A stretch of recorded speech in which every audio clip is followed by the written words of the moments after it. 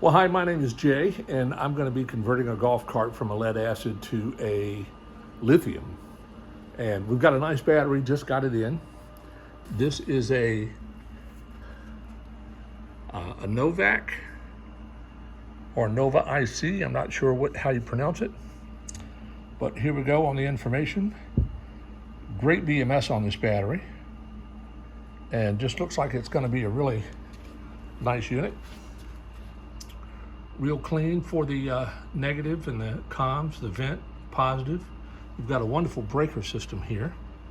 And this also works with an app as well.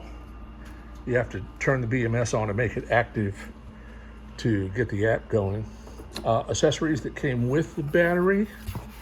Let's see, here is your main screen that you're going to mount in the golf cart. And that button actually turns the battery on and off. There is no on-off button on the battery itself, so it all works from that head unit. Also included is another charging port, that 3-prong electrical that you can hook in. The only thing I see that is different than I would like is this has a square connector on it, and then of course this is a 2020 Club Car Onward, and it uses its standard mount, so that's got to be changed out a little bit. State of the batteries. I'll turn lights on to give you a better look at this in a moment, but these are going on 4 years old. They were shipped in February of 22, and this golf cart's always been kept undercover inside. Right now we have it in the tow position, so we've cut off the electricity for it. And I don't know how much of you want to see about me taking the old batteries out, but there's the connector that we talked about. Here's a battery puller that came with it. Then we have a 48 to 12 volt converter that came in the kit as well.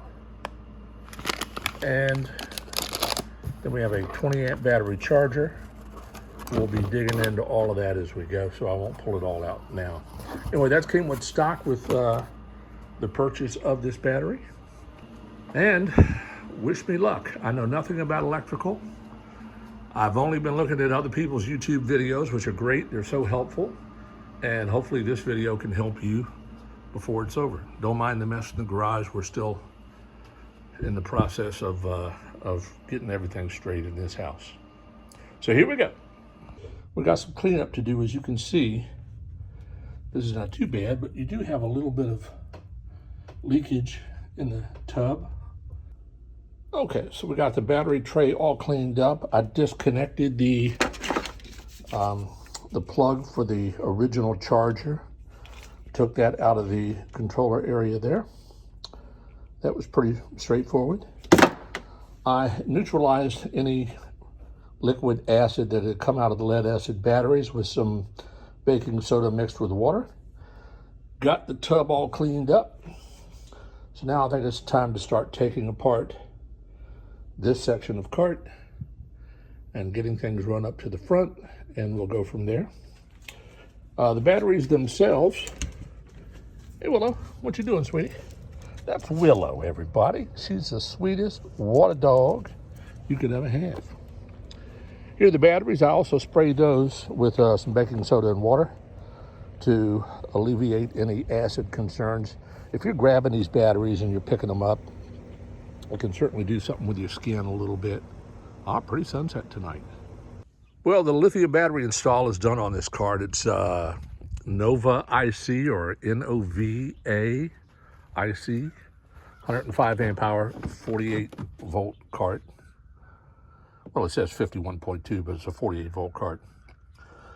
If I come around to the other side, the interesting thing, if I could give you any advice on these golf carts, being that I'm just a guy who doesn't know anything about golf carts, the hardest thing for me to figure out was the wiring of the lights. This is a 2020 Onward, and all I had to do was take the blue wire that is the positive for the lights themselves and connect it to the positive terminal. I didn't need to change anything else.